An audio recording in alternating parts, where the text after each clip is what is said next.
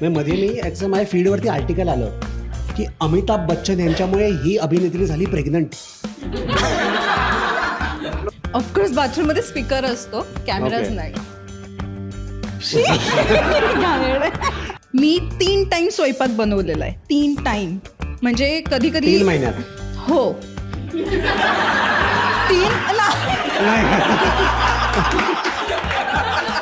अरे यार थोडी स्लो आहे मी. धक्के नको देऊ. तू याच्यावर फालतू जोक नाही म्हणणार. नाही अजिबात नाही. मला सुशी आवडते. ओके. इंस्टाग्रामवरती आत्तापर्यंतचा आलेला सर्वात तसा वियर्ड असा हा काय होता मेसेज? एखाद्या कमाल अशी म्हणजे मला ते क्रिएटिव्ह असं वाटलं त्याचं, आणि मी त्याला काही बोलले नाही त्याच्यावरती. मी एक साडीमधला फोटो टाकला होता, बॅक वाली असं दिसत होतं, तर त्यांनी त्याच्यावर कमेंट लिहिली होती,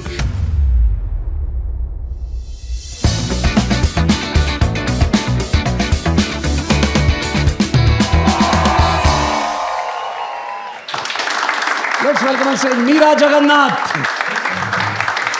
येईपर्यंत टाळ्या वाजल्या पाहिजे.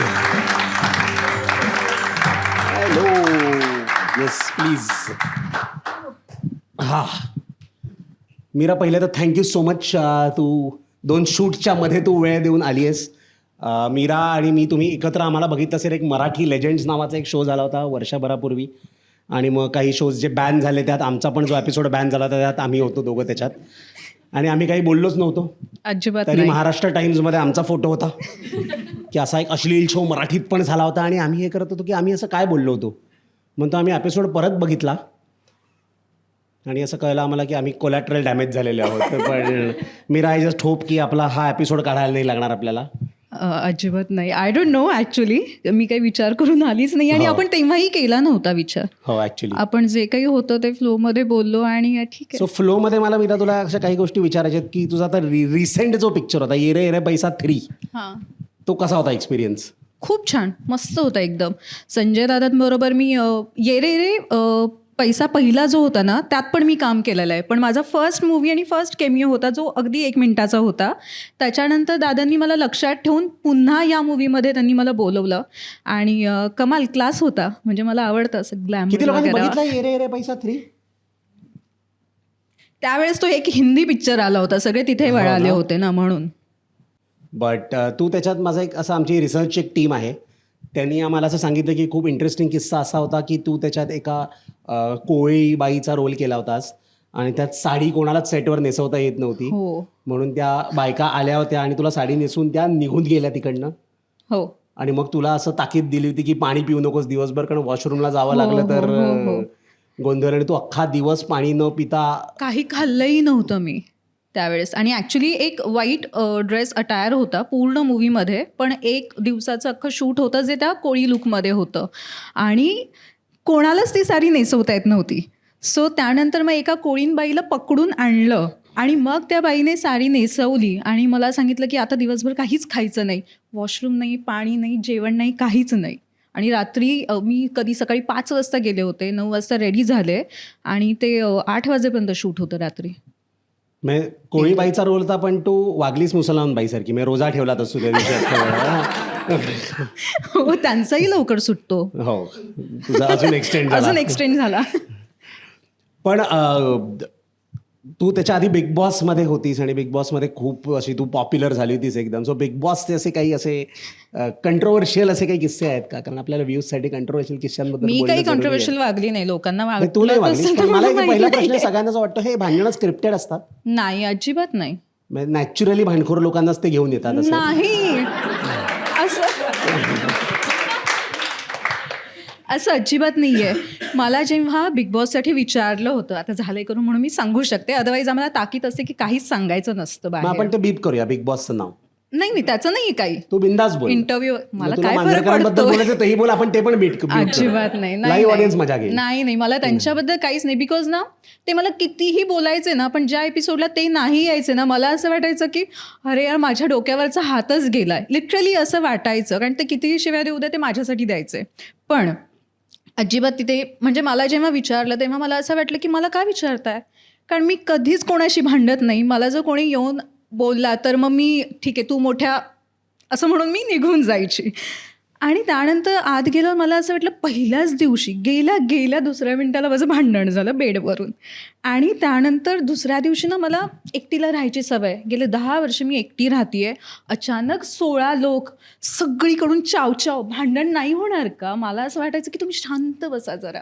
आणि ओले टॉवल फेकणं आणि हे फेकणं मला अजिबात ते सहनच नाही होत. आणि माझं त्यामुळे भांडण व्हायचं. बाकी काहीही कारण नसायचं. पण मग ओले टॉवेल तू टाकत नाहीस बेडवर? अजिबात नाही. असं का पण? कोणीच टाकत नाही. मग ओले टॉवेलची जागा काय असते? अरे बॅल्कनीमध्ये टाका, हँगरला अडकवा कुठेतरी. कारण ना काय झालं ना, आयुष्याची पहिली 28 वर्ष ना आम्हाला असं वाटायचं तीच जागा आहे. कारण ते आम्ही बेडवर ठेवले ना, दुसऱ्या दिवशी तो टॉवेल वाळून आपल्या जागेवर असायचा आपोआप. नाही, मग ते काम तू नाही करत, ते काम तुझं दुसरं कोणतरी करतं ना. आई होती. एक्झॅक्टली. आणि मग नंतर असं ऐकायला यायला लागला की मी तुझी आई नाहीये वगैरे. अगदी बरोबर आहे, अगदी बरोबर आहे. हे असंच असायला हवं. आणि काय व्हायचं, मांजरेकर सर ना सगळ्यांना सांगायचे, दर सॅटर्डेला यायचे तेव्हा, की तुम्हाला या घरामध्ये 1 आठवडा अजून टिकायचे ना तर मीराशी भांडा. ते सगळे माझ्याशी भांडायला यायचे दर आठवड्याला मुद्दाम.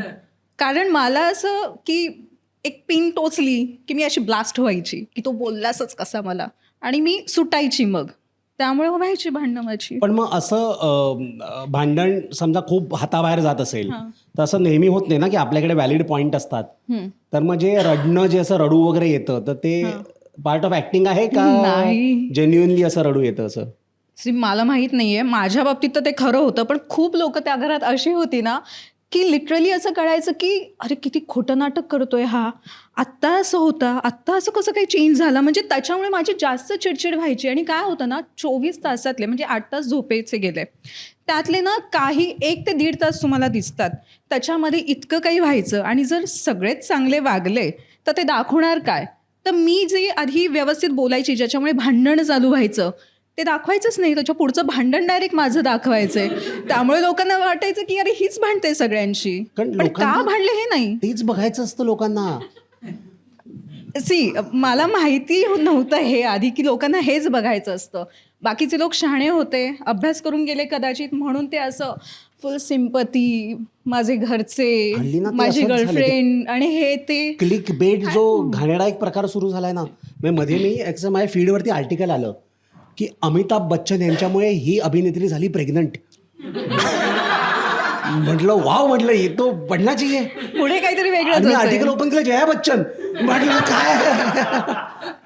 थोडंसं झालं की लोकांना ना आकर्षित करण्यासाठी असं काहीतरी असं त्यांना असं हवं असतं, असं एकदम की तुमचे सेन्सेस असे एकदम असे अवेकन होतील. आणि हे अरे आम्ही नेहमीच असे अलर्ट असायचो, कधी काय होईल, काय करेल. ते कॅमेराज बिमेराज असे मध्ये थोडा वेळ तरी बंद करतात का? ते सतत चालूच असतात असे सतत 24 तास. आधी तर नवीन नवीन ना मला असं फार कॉन्शियस व्हायचं की इथे कॅमेरा, इथे बोलायची नाही, शांत. पण नंतर इतका सवय झाला होता ना, बाकीचे तर म्हणजे कॅमेरा आहे तिथे जाऊन ते नाटक करून बोलायचे की आम्हाला कॅप्चर करा अशा टाईपमध्ये.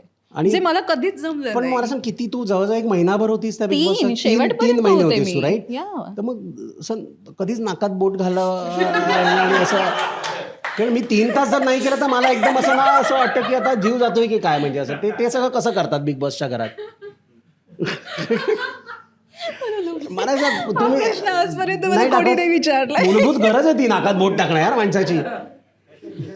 हो, बाथरूम मध्ये जाऊन करा. तिकडे नसतात कॅमेराज.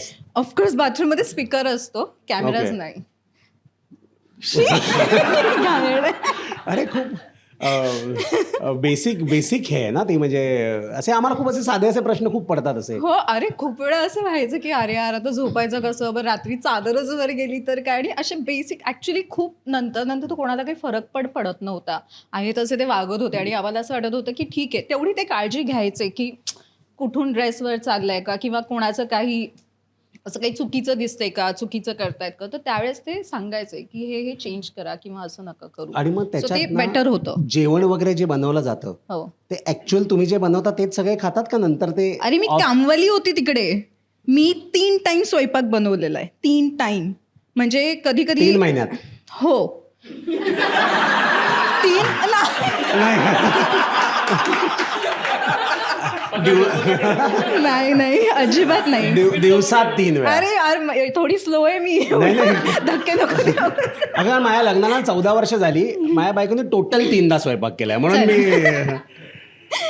विचारलं. नाही मी सुरुवातीला तर मी 2 आठवडे केलंच नाही, कारण माझं असं होतं की तुम्ही घरातला कॅप्टन जिंकूनच देत नाहीये, तर मग मी नाही करणार स्वयंपाक. कॅप्टन ठरवेल कोणाला कोणती ड्युटी द्यायची. पण त्यांचं असं होतं की आमच्यातला जर जिंकला तरच आम्ही हे करणार. आमच्यातला जिंकल्यावर ते करूनच देत नव्हते कॅप्टन कोणाला. सो त्यामुळे मग मी काही केलंच नाही. म्हणजे मी असा धरणा ठेवला होता की मी खाणार नाही, बनवणार नाही, काहीच नाही करणार. त्याच्यानंतर मग आमच्यातला एक कॅप्टन झाला. मग म्हटलं आता आपण काम करूया. त्याच्यानंतर मग समोरची जी टीम होती, सो त्या लोकांना असं झालं की आता मी काम नाही करणार. म्हटलं ओके नका करू. मी नाश्ता, दुपारचं जेवण, संध्याकाळचं जेवण ही करायची. आणि ज्यावेळेस समोरच्या टीममध्ये एखाद्याला किचनची टीम म्हणजे स्वयंपाकाचं काम असायचं, ते हार्डली टास्क की ते म्हणायचे आम्ही नाही बनवणार आता, आणि ते निघून जायचे. मला दया यायची, मी सगळ्यांसाठी बनवायची. सो हे नाही दाखवलं त्यांनी कधीच. पण मग असं जेव्हा तुम्ही स्वतः जेवण करता हो. तेव्हा कुठेतरी असं वाटत असेल ना की एखादा खूप खाणारा माणूस असतो हां. की हा लवकर एलिमिनेट होऊ दे, नाही उद्यापासून कमी कष्ट पडतील जरा वगैरे असेल. नाही. तुम्हाला माहिती हे बाहेरही अजून कोणी दाखवलं नाहीये. विशाल, विकास माझे खूप चांगले मित्र आहेत आता. विशाल तर माझा खूप छान मित्र झाला आहे. सगळ्यात जास्त दुश्मन होता तो तिकडे. त्याला सगळ्यात पहिलं जेवायला लागायचं. मी त्याच्यासाठी 11 वाजता लंच बनवायची आणि त्याला पहिली मी गरम गरम चपाती द्यायची. हे कधीच दिसलं नाही आणि ह्या लोकांनी कधी माझं कौतुकही तिथे केलं नाही, कारण मी चांगली दिसेल लोकांसमोर म्हणून. प्रोपागेंडा होता तुझ्या विरुद्ध हो, असा सगळ्यांचा होता. मी आणि अख्खं घर असं होतं लिटरली तिकडे. मला असं वाटतं हिची जेव्हा रील आपण टाकून आता सगळ्यांनी कमेंट करा #जस्टिस फॉर मीरा. आता काय उपयोग, याची गरज अरे आहे. ते शहाणे होते, मी मूर्ख होते. हे मला आत्ता रिअलाइज होते की मी तसं वागायला हवं होतं, पण नाही जमलं मला. आणि मला सांग, तुमच्या त्या घरात तू ज्या सीझन मध्ये होतीस, वर्स्ट कुक कोण होतं? बस की एखाद्याने जेवण बनवलं की तुम्ही म्हणायचं आज उपास आहे माझा? नाही असं कोणी नाही. तृप्तीताई सगळ्यात चांगलं जेवण बनवायचे ऍक्च्युली. त्यांनी काहीतरी केले होते कुकिंगचं, मला माहित नाही, पण त्या चांगले होते. त्यांच्या हातचं जेवण पूर्ण बघितलं, मीरासाठी बघितलंय. मी पुरणपोळी बनवली तिकडे. 80 पुरणपोळी, 80 आलू पराठे, पुऱ्या, खीर, असं मी सगळं बनवायचे सगळ्यांसाठी. 16 लोकांसाठी 80 हो, एवढे कोण हापशी आणले होते बघून? मी सांगू, तिथे जेवण जायचं, कारण आम्ही टास्क तुम्हाला दिसतात ते भयंकर असायचे. आम्ही रोज रात्री असे रक्त वगैरे घेऊन आम्ही झोपायचो. हात फाटायचा, पाय तुटायचा, फ्रॅक्चर झालेले आहेत. आणि मी दुसऱ्यांचं काय, मी स्वतः 4 चपात्या खायची. So, तिथे जातं आणि खाल्लं जातं. हा म्हणजे एका आमचा टाइमला वॉर्मअप होतो 4 पोळ्या खाल्ल्यानंतर असा. नाही माझ्या अशा सोलापुरी चपात्या मोठ्या, अशा फुलके नाही. सोलापूर पण अमेझिंग आहे ना. किती लोक सोलापूरला गेली? हा, सोलापूरचं मटण किती लोकांनी खाल्लंय? मला असं वाटतं की हे जे नॉनव्हेजचे पदार्थ आहेत ना, जितकं मुंबईपासून लांब जाल ना तितकं ते असं मस्त मस्त मस्त जसं मिळत जातं. अरे तिथे आम्हाला नॉनव्हेज नाही मिळायचं, फक्त व्हेज. का असं? नाही, नॉनव्हेज नाही, कॉफी नाही, काहीच नाही. म्हणजे ज्या गोष्टींनी तुम्हाला एनर्जी असं नव्हते द्यायचे. मुद्दाम त्रास द्यायचे आम्हाला. कॉलेजच्या हॉस्टेल सारखं जेवण असं होतं ना. स्वतःच बनवायचं. पण मला सांगते हिंदी बिग बॉस मध्ये वगैरे देतात ना, कारण ते अंड्याचा असा ट्रे ठेवलेला असतो. अंडे तर असतातच ना. अच्छा, अंडी तू नॉनव्हेज नाही मानत, असं व्हेज मानतेस असं? मी अंड खातच नाही त्यामुळे. ओके. पण तुझं मला सांग, आता तू सोलापूरची आहेस म्हणालीस म्हणून मला हे विचारायचं आहे की सोलापूरचं, मला असं माझं ओपिनियन आहे की सोलापूरचं फूड खूप अमेझिंग असतं. तू अशी जगभरात सगळीकडे फिरलीस, तुला फूड कुठचं सर्वात आवडतं? मला गोवन फूड आवडतं, फिश करी राईस. आणि मला असं ऍक्च्युली जागा आहे का अशी ठरलेली की गोव्याला गेलीस की इकडे गोवन करी नावाचं एक रेस्टॉरंट आहे तिकडे. गोव्यात कुठे आहे मला नाही माहित. मी गोवन करी टाकते, एअरपोर्टला पोहोचते तिकडे. क्या बात आहे. हा, नॉर्थलाच आहे. पण आणि मुंबईतली तुझी कोणती फेवरेट? तू सी फूड खूप खातेस म्हणून सी फूडचं फेवरेट रेस्टॉरंट आहे. पण मला ऍक्च्युली तू याच्यावर फालतू जोक नाही म्हणणार. नाही, अजिबात नाही. मला सुशी आवडते. ओके.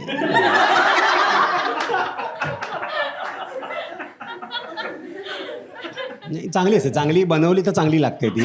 येस. आपल्याकडे प्रॉब्लेम असा बनवता येत नाही कोणाला चांगली, है ना. नाही, काही जॅपनीज रेस्टॉरंट्स आहेत तिथे, सो छान मिळते. चांगली मिळते. सॉरी, मला असं म्हणायचं होतं की माझ्यावर जोक नको मारू याच्यावर. चांगली सुशी जिकडे मिळते ना तिकडे खाता येत नाही, कारण तिकडे चॉपस्टिक देतात. हो मग. आणि माझी ती दरवेळेला ती पडतेच त्या सोयाच्या ह्याच्यात. मग असं वाटतं की ती काढून खाण्यापेक्षा मीठच खातो डायरेक्ट नाही मग हाताने खातो खायचं होते ती. डायरेक्ट. पण मला आवडतं. मी त्याच्यानंतर मी हा एक खूप लोकांना माहीत नाही ॲक्च्युली, मी डिस्कवरीसाठी सुद्धा एक शो केला होता, रियालिटी शो. जंगलामध्ये होतं. जंगलचे मुझे बचाव का असं काहीतरी एक होता ना. नाही, रियालिटी ऑफ असंच द काहीतरी जंगल होतं असं ना? काहीतरी हां, हां, होता. हां. आणि अच्छा नाही तो वेगळा शो होता. नाही तो जुना होता. त्याचं आता सेकंड सीझन झालं. मला श्वेता नावच तिवारी लक्षात वगैरे नाहीये. होत्या, तो कोणता होता? तो खूप जुना. तो खूप जुना similar झाला. होता का शो? नाही, अच्छा. थोडा वेगळा होता तो हा. आम्हाला आई बाबा बघू नाही द्यायचे, आम्ही लहान होतो खूप त्यावेळेला. मला नाही माहिती. Okay, हां. म्हणजे मी पाहिलाय तो, पण बाबा एवढा बघायचे, आम्हाला नाही पाहिला. द्यायचे बघायला. अच्छा. कारण एवढा असा होता तो? जंगलात हिंस्त्र जनावरं असतात ना, रात्री तुम्हाला भीती वाटेल वगैरे असं म्हणून बाबा नाही बघू द्यायचे. मला नव्हतं माहिती असं शो होता तो. हो चांगला शो होता खूप चांगला. नाही, याच्यामध्ये फक्त मुली होत्या. हो माहितीये. हा. नाही, माझ्या शो मध्ये म्हणते जो मी नाही केला. त्याच्यात पण हो का? मी पण- नीट नोटीस नाही केलं मग. हा मी बघीन नक्की. मग काय प्रॉब्लेम होता बघायला? फक्त मुली होत्या तर. बाबा बघायचे, आम्हाला नाही द्यायचे नाही, बघायला. असं मुलं मुली आहेत, काहीतरी वेगळं चाललंय म्हणून नाही बघत असं मला वाटलं आधी. नाही आम्ही लहान बाल मनावरती विपरीत परिणाम नको वगैरे असं. मी आता जाऊन बघणार आहे. हा जो तुझा जो शो होता त्याचं नाव हा, होतं त्यामध्ये तर मी बकऱ्याचे कच्चे डोळे, ब्रेन कच्चं, फिश कच्चं, ते तर मला आवडतं, फिश, आणि कोंबडीचे कच्चे 4 पाय मी खाल्लेत. हो, पण का असं म्हणजे केलंस तू? जिंकायचं होतं म्हणून. पण त्याचे पैसे मिळत होते? नाही नाही, मला स्वतःला एक्सप्लोअर करायचं होतं की मी हे करू शकते का, पण मी तिथे जरा डोकं वापरून पुढे गेले मी. पण मग तुला असं वाटतं हे खाल्ल्यानंतर की कुकिंग इज ओव्हर रेटेड? नाही, ते फक्त एकदाच, त्याच्यानंतर पण मी मला नाही असं कधी वाटतं ही खाऊ चांगली शकत. कन्सेप्ट आहे, कारण आता जर गॅसचा वगैरे शॉर्टेज चालू आहे, मी मला कच्चा वाटलं- फिश कुठलाही खाऊ शकते. खूप उपयोगी पडणार आहे आपल्याला पुढच्या काही दिवसांमध्ये जर युद्ध नाही थांबलं. माझ्या एकटीने काय उपयोग कारण मला आता परवाच असं जाणवलं की युद्ध आता वाढणार लिमिट क्रॉस झाली आहे, कारण आमच्याकडे मिसळवाला जो फेवरेट आहे माझा तो बंद होता गॅस नसल्यामुळे. आहे. मलाही मिसळ आवडते. तर त्याला म्हटलं चुलीवर बनव, मला खायची आहे. तेव्हा चुलीवर नाही बनवू शकत, मुंबईत होता, पण चूल पेटवली की 4 बिल्डिंगची लोक तक्रार करतात की आमच्या घरात धूर येतोय म्हणून. पण मग हे सगळं केल्यानंतर काय हे काय होतं? शो तोच होता की जाऊन कच्चं मांस खा वगैरे, का अजून पण गोष्टी होत्या? सर्वायवल सारखं, की तुम्ही हिमाचलचे नदी 6 वाजता संध्याकाळी क्रॉस करता एवढ्या थंडीचे वगैरे, आणि मग ते 6 मुली, तेच भांडण, तेच परत परत. तुला असं भांड्याच्याच जागी का बोलवतात? मला असं तू कधी बोलवतात. विचार केलास का? त्यांना असा असं कधी? वाटतं की मी भांडखोरच आहे, आणि मी त्यांना असं वाटतं एक तर मी ॲरोगंट आहे, मला बोलायची पद्धत नाही आहे, किंवा मला जर कोणी म्हटलं तर मी डायरेक्ट हातच उचलेन वगैरे, असं लोकांना वाटतं, जी मी अजिबात नाही आहे. पण तू मला 1 सांग, वर्ष तू- झालं ओळखतोयस मला, मी नाही पण आहे. तुझे बाबा पोलीसमध्ये होते, आमच्या हो. रिसर्च टीमनी सांगितलंय परत. तर मग ते थोडासा तो पण एक स्वॅग येत असेल ना, की मला कोण काय करणार आहे? नाही, नाही उलट का? बाबांची जास्त भीती वाटते. की बाबा जास्ती मारतील म्हणून. हा, माझा एक किस्सा आहे, सांगू मी. हो हो प्लीज. मुंबईमध्ये मी जेव्हा नवीन आले होते, ट्रेन आम्हाला अख्ख्या इंडियामध्ये फ्री, ठीक आहे, बाबा रेल्वे पोलीस असल्यामुळे.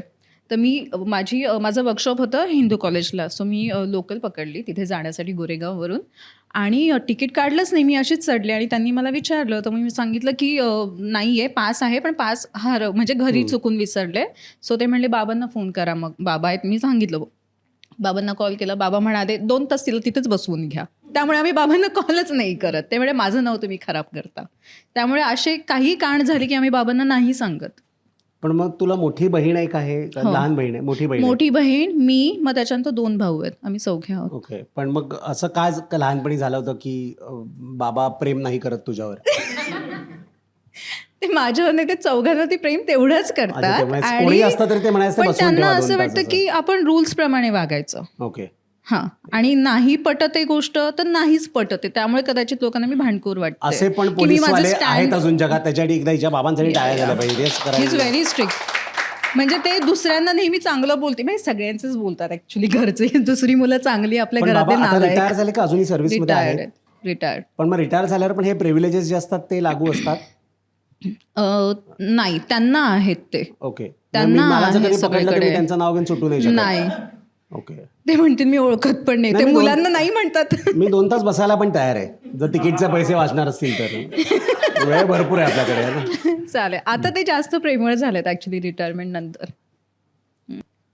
बट मला तुला हे विचारायचं की तू सुरुवात अशी कधी हे झाली की तुला असं कोणत्या वयात असं वाटलं की मला ॲक्टरच बनायचं आहे?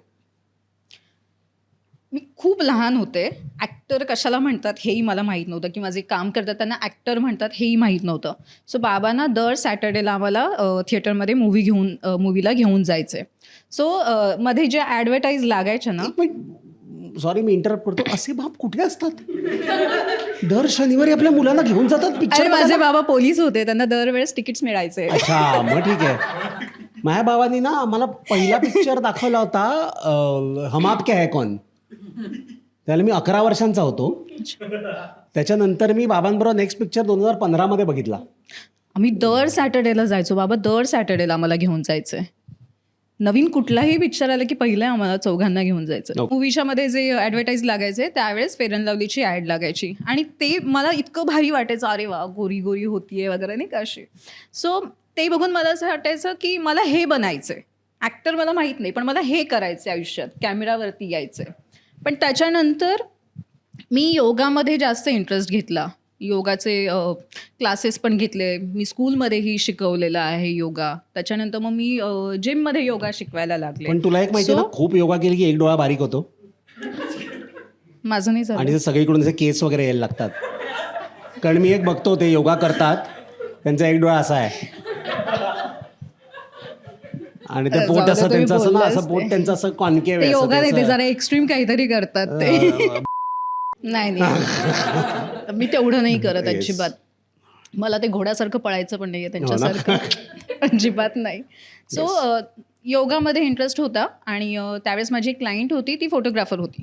सो ती मला म्हणाली की मी तुझे फोटोज काढू का. म्हणलं काढ. सो काढल्यानंतर तिने स्वतःच एजन्सीला असे देतात ते दिलं आणि मग त्याच्यानंतर मला ॲडव्हर्टाईज यायला लागले. पहिली ऍड कोणती होती आठवते?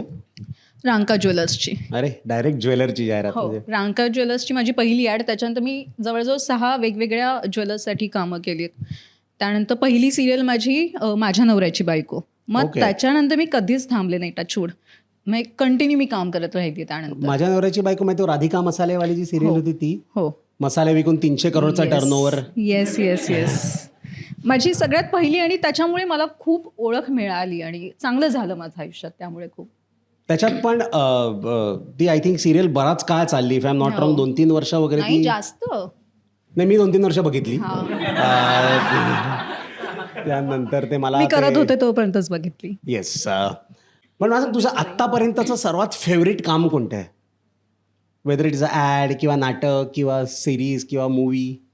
माझं सगळ्यात आधी ॲक्च्युली आत्ता तुम्ही हे पाहिले होते PNGचे मागच्या वर्षी, पण त्याच्याही ना आधी 2018मध्ये माझे खूप मोठे होर्डिंग्स लागले होते त्याच PNGसाठीच. माझं ते मला खूप आवडलेलं काम होतं, कारण असे मोठमोठे होर्डिंग्स पहिल्यांदा माझे लागले होते आणि माझे बाबा आणि आई फार प्राऊडली ना त्या एरियामध्ये आठवड्यातून एकदा जाऊन ते होर्डिंग पाहायचे. सो तो एक होता आणि त्याच्यानंतर बिग बॉस. येस, कारण बिग बॉसमध्ये जाण्याआधी ना मी अशी सेमी असं म्हणतात ना की मला माहीत नव्हतं माझ्यामध्ये एवढं पोटेन्शियल आहे, मी भांडू शकते, बोलू शकते किंवा त्याच्यानंतर अजून शो आधी झाला होता बिग बॉस? नाही तो आत्ता झाला मागच्या वर्षी. येस, तो नंतर झाला. त्यामुळे तो थोडा एक कॉन्फिडन्स आला होता. सो पण मला असं वाटतं की भांडायची इतकी प्रॅक्टिस जर झाली आहे तर मग लग्न का नाही करत आहेस? कारण 1-1.5 वर्ष झाल्यानंतर लग्न is that only. I don't know. लग्न म्हणजे ना मला माहीत नाही, माझं मूडवरती डिपेंड आहे. कधी मला वाटतं अरे बापरे लग्न करायचं आणि कधी कधी असं वाटतं नको बाबा मला एकटीला राहायचं. कारण आता तर ना तुझ्यासाठी आधीच पण येत असतील, पण आता ना प्रपोजल्सची अशी लाईन लागणार आहे. बिग बॉस नंतर मला इतके आले होते की अरे तू मस्त बोलते, भांडते, म्हणजे पॉलिटिशियन्स पासून आता अजून वाढणार आहे. कारण आत्ताच 10 दिवसापूर्वीच मीरानी पोस्ट टाकली की त्यांनी मुंबईत सी फेसिंग फ्लॅट घेतलेला आहे. त्याच्यामुळे इकडे बरेच लोकांचे हात वर जातात, कॅन आय अप्लाय वगैरे फॉर. अच्छा, ओके. अशा घरात घर जावई बनायला कोणालाही आवडेल. हे ड्रीम असतं प्रत्येकाचं. मला चालेल घर जावई, बायको पण पैसे सगळं कमवते काम- बाहेर जाऊन आणि आम्ही मस्त असं समुद्र बघत असं पिना कोलाडा वगैरे असे पीत बसलोय. ड्रीम जॉब आहे तो, प्रत्येक जण हे करायला तयार आहे आज. सो तुला जर असं काही हे असेल तर अपेक्षा मुलांच्या वगैरे काय असेल तर त्या कॅमेऱ्यात बघून तू सांग. आणि लग्न ठरलं तर जे काही गिफ्ट वगैरे दिलं त्यातलं थोडासा माझा शेअर. नाही माझा अजून असा क्रायटेरिया तर काहीच नाही आहे. बट स्मार्ट हवा डोक्याने जास्त, की त्याच्याशी मी कुठल्याही गोष्टींवरती गप्पा मारू शकते आणि असं काही क्रायटेरिया नाही आहे, ते आपोआप कनेक्ट व्हायला हवं बोलण्यावरून. पण ह्या ज्या गप्पा आहेत ना ह्या फक्त मुलं होईपर्यंत राहतात. त्याच्यानंतर म्हणूनच मग लग्नच सगळ्या नाही करायचे, तू डोक्यात नको घालूस माझ्या. पण त्याच्यानंतर ना गप्पा 3च गोष्टींबद्दल तुम्ही बोलता की किती वाजता येणार आहेस घरी, जेवायला येणार आहेस का, आणि चावी नेली आहेस का, एवढंच कन्व्हर्सेशन होतं. आणि मग माझे बाबा स्वतः मला म्हणतात की आता एवढं वय झाले, नाही करायचं नको करू, आमच्या दोघांना सांभाळ. म्हणजे बेस्ट आहे हे सगळ्यात. बाबा स्मार्ट आहेत. नाही त्यांचं स्वतःचं खूप छान त्यांचं आहे. पण ते आता कुठे असतात, ते सोलापूरलाच आहे? सोलापूरला ते शेती करतात आणि पुण्याला घर आहे, सो येऊन जाऊन चालू असतं. माझ्या आईचंही स्वतःचं दुकान आहे, ती तिचं मस्त, दोघं इंडिपेंडेंट वागतात. म्हणजे असेल ना तर ते तसं असायला हवं की तुम्ही तुमचं काम करताय आणि वेळ मिळतो तेव्हा एकत्र परत येतात आणि संसार, जातात ते. सुखी संसार असाच होतो हो की तू तुझ्या कामात बिझी राहा, मी माझ्या कामात बिझी राहतो. एक्झॅक्टली तसंच पाहिजे. खूप वेळ एकत्र घालवला की मग डिव्होर्स पर्यंत येतं. म्हणजे कोविडमध्ये आमचा ऑलमोस्ट होणार होता. मी नाहीये मत अशी, मला असं सोबत हवी असते, मी नाही असं लांब राहू शकणार नाही मी. येस. पण मला आता घराबद्दल विचारायचं आहे की आपण हे म्हणतो ना की मुंबईत घर हे खूप मोठं एक स्वतःचं असणं एक अचिव्हमेंट असतं. सो असं ते किती वर्ष असं ते एक स्वप्न होतं किंवा असं सी फेसिंगच हवं होतं का? आणि अजिबात नाही असं डोक्यात म्हणजे ऑब्व्हियसली स्वप्न तर खूप मोठी मोठी असतात, पण मुंबईत ज्या दिवशी मी आले ना, काहीही माझी ऐपत नव्हती त्यावेळेस. रेंटमध्येच आम्ही एक म्हणजे अक्षरशः एवढासाच रूम होतं, त्याच्यामध्ये आम्ही 3 मुली राहायचो वनराईमध्ये. तिकडचे रूम्स माहीत असतील लोकांना. वनराई म्हणजे बिबट्या वगैरे हल्ली जिथे दिसतो हां, सारखा, तिथे येत गोरेगाव असतात. ईस्टला? हो हो हो, हबच्या समोर. सो तिथे आम्ही एका रूममध्ये 3 मुली राहायचो, पण समोर एक लोधाची बिल्डिंग असायची ना, मी नेहमी त्या बिल्डिंगला बघून म्हणायची की यार अशा बिल्डिंगमध्ये मला घर हवं आहे. आणि तेव्हापासून मी नेहमी प्राईस विचारायची, कधी हा विचारच आला नाही. पण मी गेले 3 वर्ष खूप मागे लागले की नाही आता घर घ्यायचंच आहे, बिकॉज 10 वर्ष झाली आता मला मुंबईत येऊन. सो म्हणजे लकीली मी तो शेवटचा फ्लॅट म्हणून, आणि माझं असं झालं हे इकडे मला परवडणारच नाही, माझं बजेट एक लिमिटपर्यंत आहे. सो मी गेले आणि त्यांच्यासमोर असं, मी खूप गरीब आहे, माझे बाबा शेती करतात वगैरे, माझं स्वप्न आहे, असं रडून रडून मी तुमचं प्रमोट करेल वगैरे, साईट हे ते सगळं असं करून करून मग त्यांनी माझ्यावर थोडी दया खाल्ली आणि मग थोडंसं अजून कमी करून मग फ्लॅट घेतला मी तो. त्याच रेटमध्ये मला दुसरीकडे मोठ्या साईजचा मिळत होता, पण मी म्हटलं नाही मला हा व्ह्यू आवडलाय म्हणून मी तो घेतला. इंस्टाग्रामवरती आत्तापर्यंतचा आलेला सर्वात असा वियर्ड असा हा काय होता मेसेज? मेसेज मी डर्टीवाले नको सांगूस, नाही, कारण मला माहिती आहे की मुलींना अरे खूपच भयंकर विचित्र. क्रिएटिव्ह असतात लोक, पण मला आवडतात काही लोक. डर्टीवाले असं एवढे नाही ते पण असं चांगला असा इंटरेस्टिंग आहे की मजा आली की आज पण असं त्याच्याबद्दल असं. मला ना एकदा माझा नाशिकला शो होता माझा, तर नाशिकला शो होता, मला आदल्या दिवशी एकाचा मेसेज आला. तो म्हणाला नाना, मला नाना म्हणाला तो, नाना उद्या शो नंतर आमच्याबरोबर मच्छी खायला येणार का? तो आजपर्यंतचा बेस्ट मेसेज होता मला आलेला. आम्हाला थोडे वियर्डच येतात ॲक्च्युली. जास्त मला म्हणजे खराब एवढे करत नाहीत, नशीब आहे माझं, टचवूड चांगलं आहे. पण एखादी कमाल अशी म्हणजे मला ते क्रिएटिव्ह असं वाटलं त्याचं, आणि मी त्याला काही बोलले नाही त्याच्यावरती. मी एक साडीमधला फोटो टाकला होता, बॅक वाली असं दिसत होतं, तर त्यांनी त्याच्यावर कमेंट लिहिली होती, खंडाळा घाटापेक्षा तुला जास्त कर्व्स आहेत. वा. आणि ते वाचून मला असं शी काय बोलतोय हा माणूस. नंतर म्हटलं अरे ह्याचं डोकं कसलं भारी आहे म्हटलं. पण आता खंडाळ्याचा घाट हा गेलेला आहे, तुला माहिती आहे ना? हो, खंडाळ्याचा चांगलं घाट झालं. आता नवीन Time तो वाचतोय आता, आता yes. रस्ता झालाय, त्याच्यामुळे Yes. आपण आता मुंबई पुण्याचे अपडाऊन करणारे आपल्यासारखी लोक आहेत, आपलं आयुष्य खूपच बदलणार आहे आता. हो, जरा इझी आणखीन. प्रवास मला सांग, आपल्या कामात हेच आहे ना की काम असतं मे बी 2-3 तासाचं, प्रवास असतो 12-12 तासाचा.